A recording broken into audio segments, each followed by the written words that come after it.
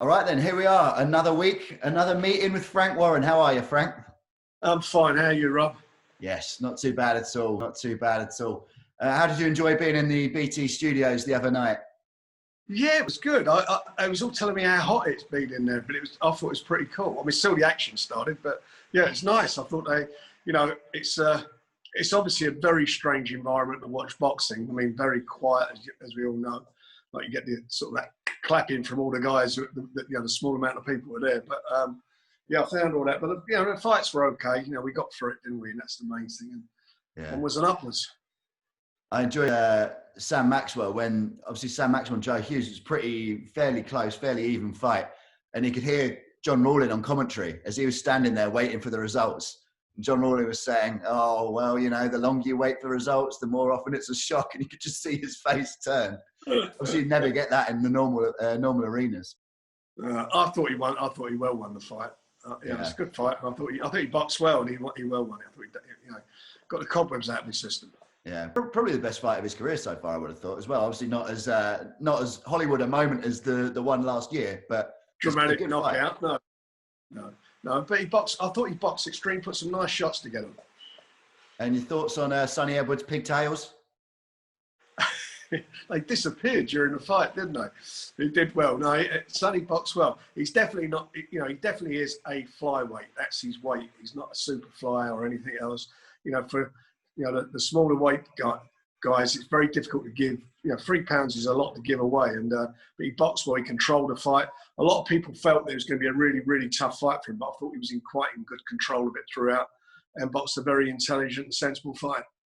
Have you spoke to him since? Because I think he hurt his ankle a little bit, didn't he? But he said he'd done it about the 8th or 7th or 8th round, and he couldn't stand properly. Apparently, he had a problem with it before. He told me after the fight, but I haven't spoken with him since. And David Adelaide, obviously opening the show with a big knockout. He's already looking like he's got that sort of star power that you always want from a heavyweight, isn't he? Yeah, he looks the business. I mean, listen, it's only his 3rd fight. He's got a long way to go yet. He's a man in a hurry, and he'll fight anyone. He's got that mentality. But what I like about him, he shows a lot of commitment. He's in the gym, continually working, and I think gets more and more experience. We can put him in, obviously step him up and put him into a more significant fight.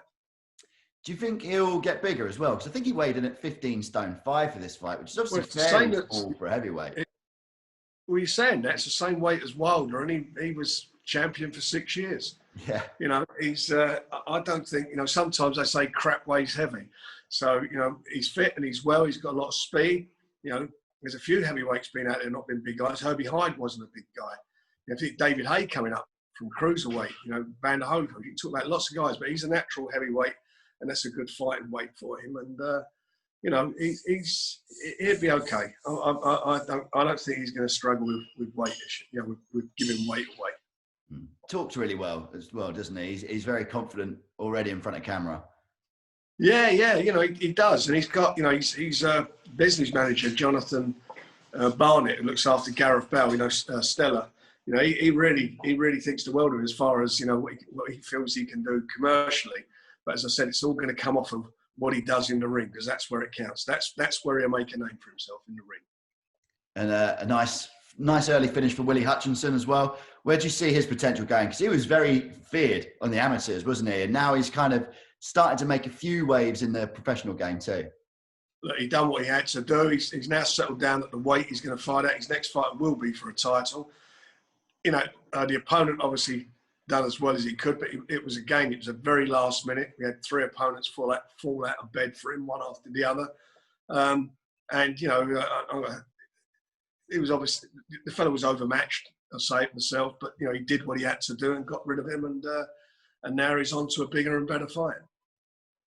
And Danny Dubois coming through his fight as well. Again, a really, really late replacement, and as is often the way with some of these, you can have good records and then you get in the ring and you don't know what you're going to get. And Daniel, far too good for him, wasn't he? I think he was far too big, too good for him. I think the guy was about the same weight as David Adelaide was, so he's a heavyweight, but he just got overwhelmed. Too big, too powerful for him. But I think he'd have done that who's ever in front of him. You know, he's just, as soon as when he lets those shots go, they're very hurtful. And what people forget about him, and you look at it in a lot of these fights, he hits someone with a jab and pushes them over. I mean, not initially on the floor, but, you know, he can knock them back with jabs. He's got a very strong jab. And I think once they get a taste of that, you know, sometimes it knocks the fight out. But he never got him at the other guy. And, you know, we hold our hands up. It was what it was. You know, we pulled him in last minute, but Daniel can only do what's put in front of him, and he done the job and done it in style. And he's now moving on to the next big fight. Is that almost the biggest stress with these shows, is that when people fall out, which obviously there's more reasons than ever for people to drop out last minute, that it's so much harder finding these opponents? Well, it's funny. We've been, touch wood, we've been quite lucky over the last, over our shows. It's the last one we had the most of problems with people falling out of bed. But yeah, there is a problem because you can't bring, you know, obviously Schneider, we had a couple of guys set up just in case, but it's finding guys who've been in the gym who are ready. We tried to get Dave Allen in, as you know. I mean, Dave said he didn't want it. Not, you know, I'm not going to repeat what he said, but he weren't too interested. And a few other Brits weren't interested. So it is what it is. And it's something we've got to deal with. But, you know, it's a problem I'm pleased I've got. What a terrible problem we're finding guys who've got to fight Daniel Dubois. I'd much rather I've got that problem than somebody else has it. He is starting to get a sense of that aura you want from a big fighter now, isn't he, Dubois? And obviously it was disappointing that his opponent dropped out so late, but people were still excited and people were tuning in and people were talking about seeing him fight, which, you know, there's always a turning point with fighters, and sometimes they get it, sometimes they don't. Sometimes they start to click and get that casual audience, sometimes they don't. And it's good to see that Dubois appears to be getting that kind of turnover now. Well, he definitely is. There's no doubt about it. And, you know, it's what he does in the ring. It's what we're doing in promotion. You know, I bang on it again. He only had 7 fights as a senior. No one knew him. No one outside of a few people in the trade knew who he was. And he's come out and he's absolutely, you know, he's put down his marker now, hasn't he? You know, everyone in boxing knows who Daniel Dubois is. They all know he's not just in this country. You know, everybody who I speak to, you know, I'm always obviously speaking to people from around the world in boxing, and everybody talks about it. They all talk about it. Mm. And it is when, although, you know, talk about Snyder as much as you like, it has put him in the position that now he's ranked number 2 in the WBO. I'm just looking now. So it's obviously Joshua champion, Usyk 1, Danny Dubois 2, Joseph Parker 3, Pulev 4. So he's actually in line for some fairly big fights now, that big step up over the next 18 months or so, isn't he? Well, that's what we've been working towards. That's been our plan. That's what I've said from the beginning. You know, that's what we want to do, get him up there. I said by the time, hopefully we get Tyson in with AJ, and the winner will have to fight. We'll have to fight him. Or if AJ vacates the WBO title, then Daniel will fight Usyk for the vacant title. You're always incredibly confident with all of this. We've seen with the Dillian Whyte stuff in the last couple of weeks. Do you feel like you'd put him in with anyone now? Virtually. You know, I look at styles. It's not about, you know, you know, it's not a peeing contest. It's about looking at the other guy's styles. It's not just saying, right, oh, he'll fight anyone, because that's not the way to do it. There are certain people, you know, who at the moment I would not say steer clear of, but I'd move in a different direction. I mean, I wouldn't want him fighting Tyson at the moment. You know, Tyson's, you know, Tyson may not even be at his peak yet. We don't know, but he certainly looked brilliant last time out. So, you know, he needs a bit more experience before getting in the likes with a ring craftsman like Tyson. You know, Tyson is a one-off when you look at him. You look how he fights. You look, he's got a great boxing brain and so forth. So, you know, a bit more before maybe fighting a Tyson, maybe a year or so away. But you know, most of the other guys, I mean, Anthony Joshua, I'd make that right now. Usyk, yeah. That's why we got him in the position he's in. Usyk obviously is a relatively unknown quantity at heavyweight. He's only had the 1 fight so far, but is in that same kind of field as Tyson, as being the ring craftsman, isn't he? Is him and Lomachenko, those 2 kind of Ukrainian super athletes. Is it just the size that you think would make it favourable for Dubois, or you think he's got the technical prowess as well? Well, I think, you know, as far as Tyson says, Tyson's 6'9". I think Usyk's, you know, has just come out, had his first heavyweight fight. He's 33 years of age now.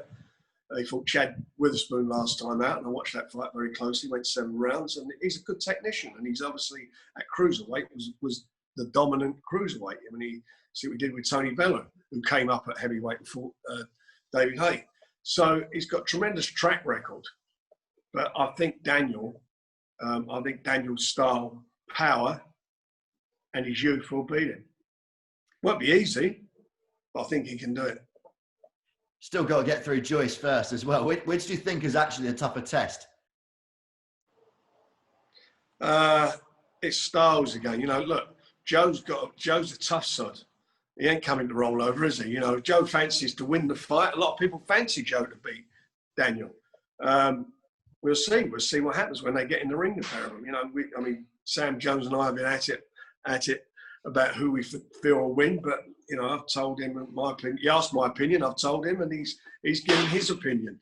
And both the guys, obviously, most importantly, think they can both win the fight. So, from their perspective, it's going to be, you know, there's a lot on the line for them, a lot of pride. You know, who's going to be the man? Because the guy that comes through that fight will be the next one, no doubt about that. And Joyce Dubois already had a lot on the line. It was already, I think, vacant European, British, Commonwealth, everything. Now, does it have? So, if Joe did win, would he jump Dubois' position in that WBO, or would it push Dubois further up? What would be the consequences on the WBO front for both fighters? Well, Joe's a ranked fighter, and Daniel will be fighting somebody, or both fighting somebody who's in the ratings. So that may be the case. And what do you reckon the time scale is? Because, you know, we all know how these mandatories work. Sometimes we're looking. Sometimes you can get a next fight. Do you think it would be, you know, Dubois would have, or Dubois or Joe, whoever won would have, you know, kind of middle range fight and then go into the big ones? Or do you think it would just be next fight straight through? I don't know. You know, I would think that once, if Joshua fights Pulev, I don't know if you know, assuming he does fight him, the next mandatory due is against Usyk, and I'm sure Usyk will be pressing for that. So they've got to make a decision. Now, the fact that Usyk's in with Matchroom, I'm sure between them they can work it out, because obviously, you know, with the fight which we keep going on about, everyone wants to see is the big one between Tyson and AJ, and that's going to determine whether they want the fight. But whatever happens, and assuming if it's Daniel still in that position, if Usyk does fight AJ, then Daniel will be his mandatory, as I said would happen. Yeah, it's looking more and more like the certain organisations with the belts. It's getting harder and harder to make that Fury AJ fight while satisfying all the mandatories. Do you know what? But everyone knows, and I think you said before, everyone knows it's not about the belts, don't they? It's not hard to make. It's the easiest fight to make because we're not arguing over money. It's not a hard fight to make. It's the easiest fight to make. Very easy to make if you want to make it. If you want to make it. And we want to make it. So it's up to the other side. But it's just that issue of the undisputed thing, isn't it? Do you know, like I keep saying, we would love it to be for all the belts. And that's controllable as far as Usyk's concerned because he's with Matchroom. Very easy to do that. You know, there's another way you could do it. You could let Tyson fight against AJ and make Usyk against Daniel, and the winner fights the winner. Easy to do these things. Easy to make these things happen. There's no reason these fights shouldn't happen. How was the Dubois v Joyce fight progressing? Because it's getting more and more to the point where it's like, right, this fight is going to have to happen, whether it be with 10 fans, 1,000 fans, or 10,000, 15,000, whatever. Is it getting to the point where we're just going to go for it on October 24th, or is it still discussions? Well, like I said on Saturday, we will know in the next week or so, after the fight, we are going to get some indication from the government and the Border Control as to where we are as far as bums on seats. And once we got that, we can push the button. What would be your limit for when you have to get it done by in your mind? This year. Got to get it done this year. Are you getting creative with some ideas for venues if you can't get bums on seats this year? I'm creating out at the moment, but yeah, that's something. Well, that's something we're considering all options. But obviously, we want the fans there, and the fans want to be there for it. We're sitting on the moment on a nigh on sellout box office at the moment, so we're waiting for them. Yeah. How many tickets had sold for it? Well, we had about, I think it was something like, I think it was 800 to 1,000 tickets left with 3 weeks to go. Yeah. So that's a killer. It's a killer. That is a killer diller. But I think it will be done by percentages wise. And there's a few test events coming up, which must at least give you some optimism once you get the test events out of the way. Yeah, well, they got, all the different sports are doing their various events. We're obviously in discussions at the moment. I think we'll be announcing what we're doing as well regarding that. On the subject of mandatories, a couple of days ago, Jack Catterall called his mandatory for the light welterweight title, WBO, against Jose Ramirez. Catterall has obviously not had the most active year or so because of coronavirus and everything else. But where do you see that fight happening? Or do you think it will happen on one of our cards, or do you think it will happen over there? It'll happen on one of our cards. I'm quite sure it'll be on one of our, at least I hope it'll be. But, Jack's been patient. They allowed Ramirez to have his, he wanted a unification or a defence. They allowed that to happen.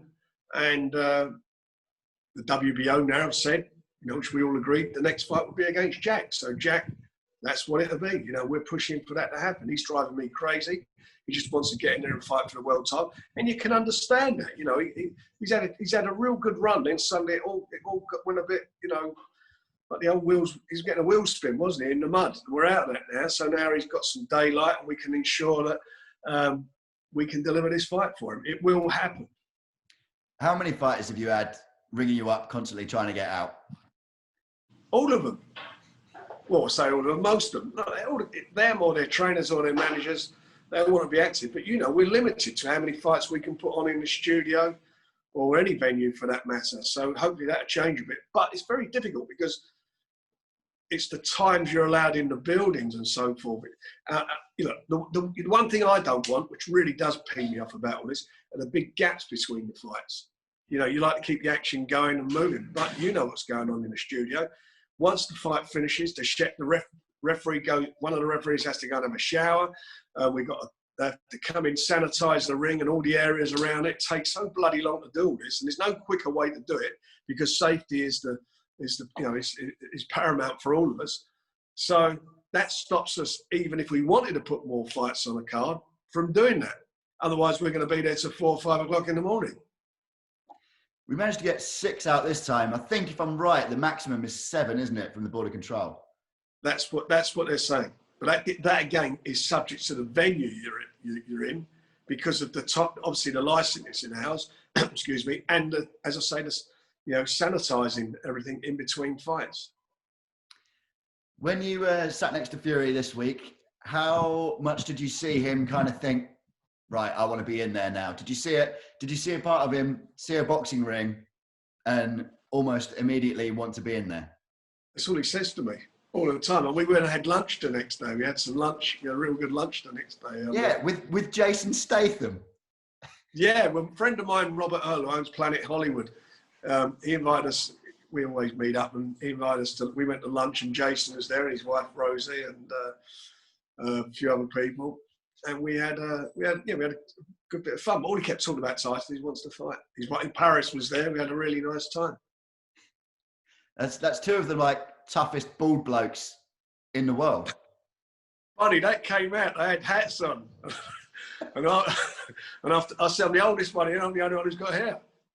And then from famously no hair Jason Statham to incredibly hairy Drew McIntyre, that Fury is also now trying to call out every 3 seconds. How much does that? How much does him involving himself with WWE either A, entertain you, or B, worry you? Because there is obviously the risk of injury with the WWE stuff, and the media schedule is so difficult and strenuous, but also the publicity and the size of the event is massive.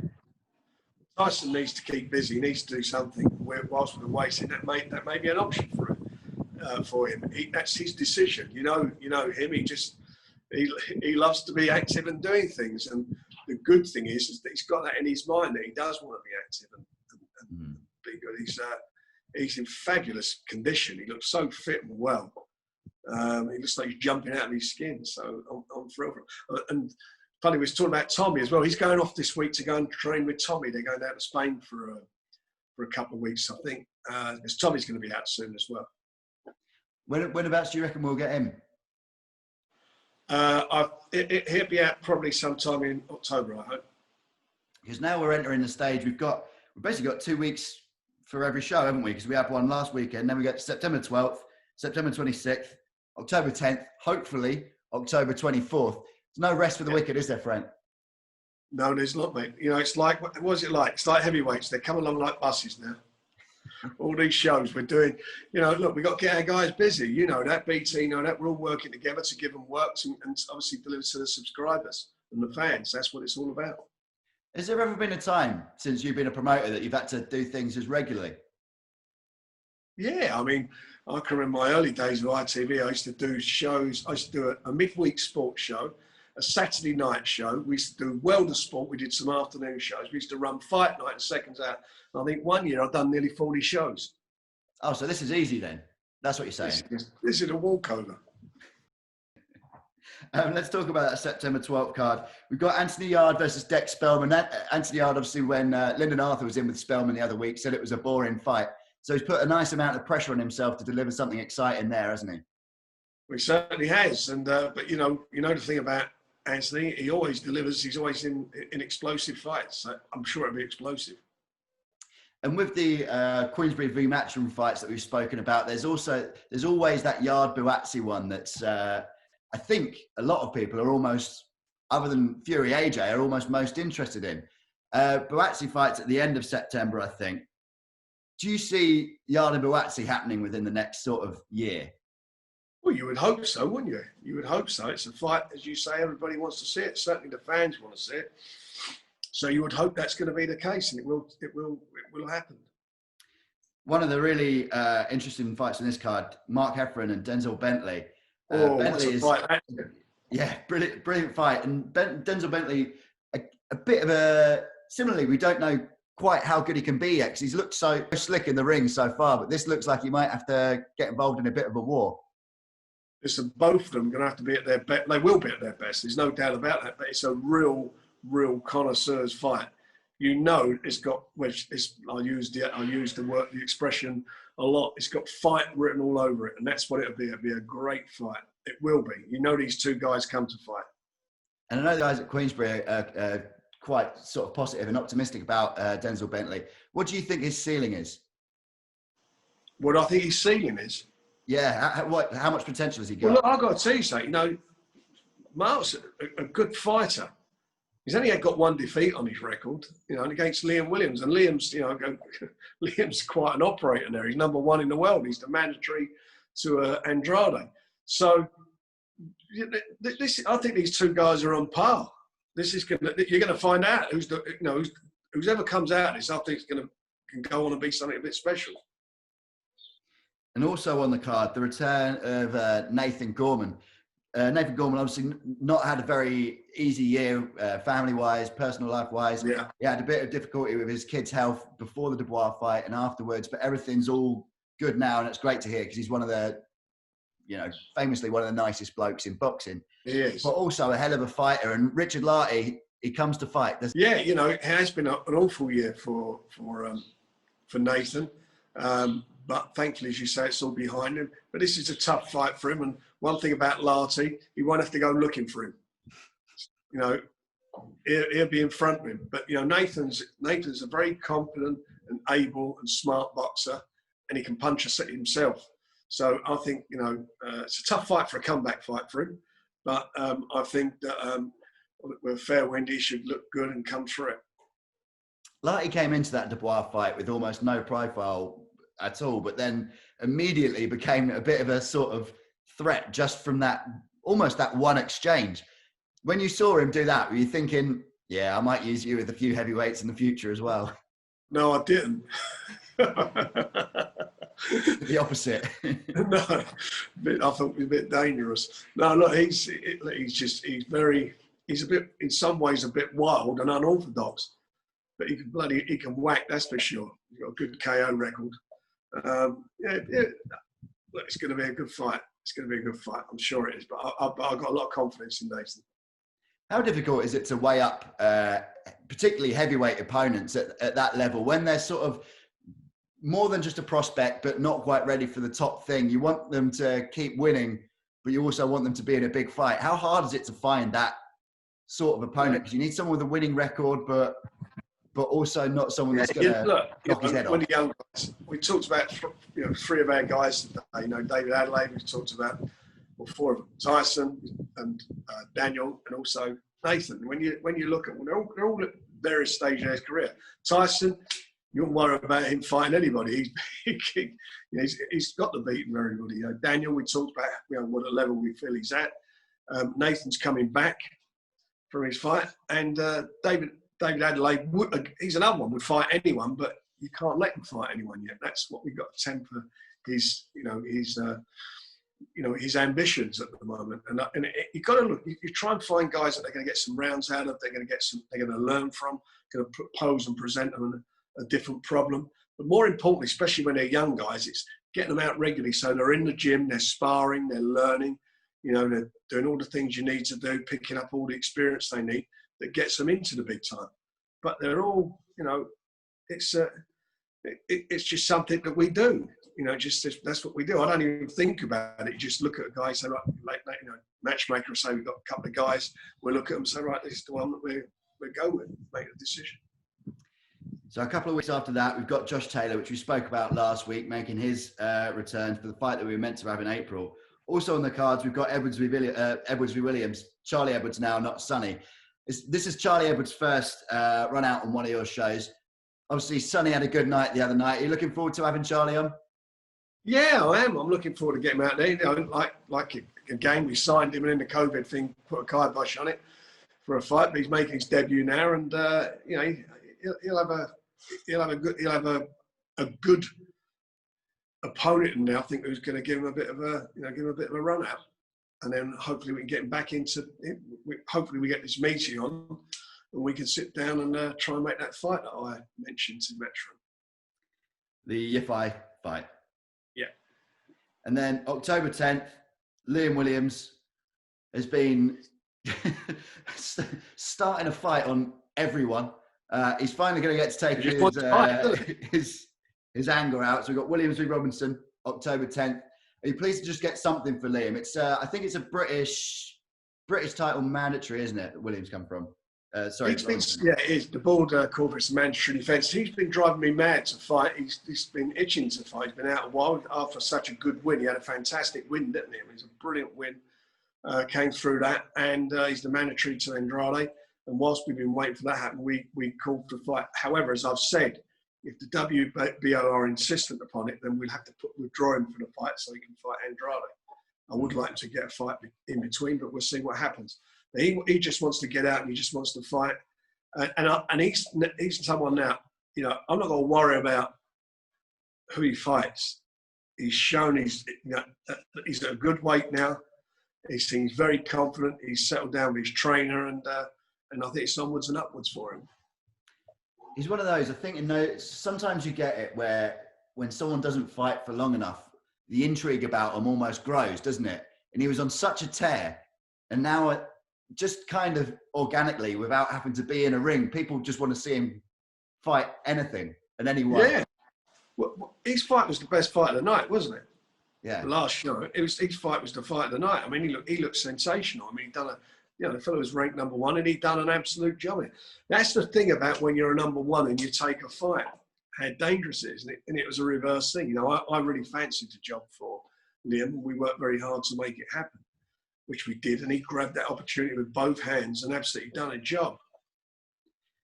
And when do you think he'll finally get, because he said in press conferences a couple of times, obviously now he's going to be top of the bill. He's the headline act on that one on October 10th. But one day, finally, we're going to get him in Cardiff, right? Fingers crossed. Yeah, we'd love to get him in Cardiff. I'd like to get the fight. You know, but all these things got to stack up financially. But of course, he will fight in Cardiff. He will be back in Cardiff, like we did with Joe Kawasaki. He'll be back there, and he'll go. You know, he'll either hopefully he could win a world title in Cardiff, or he'll go back and defend it. I really fancy him to beat Andrade. I really fancy that job for him. Catchy Woodstock, that was one that was going to be a headline fight in one of the earlier cards. We've managed to get it done now. That's one that's going to tear the house down as well, isn't it? Oh, look, you know, Kakachi made a tremendous statement last time out against Sam, and Leon's now coming in. This is like make or break for Leon. He's got to go out and do it. He knows that better than anybody, and he's capable. And I think, again, it's going to be a cracking fight. It's a good matchup. Are you looking forward to these cards? Is it at the beginning? I think it's fair to say the earlier cards, fights were harder to make. It was harder to get even fights, and it was almost, particularly those ones in July, it was almost experimental at points, wasn't it? Like making sure we got boxing out. Whereas these ones now are getting tasty. Well, they are, but we started off. I mean, we started with good fights. Problem was, no press were allowed there. So if the press are not going, you're not getting reports of the shows and so on. So that was quite difficult for us. But somebody at the start, you know, we didn't do one. We done 3 shows before anybody got involved in it.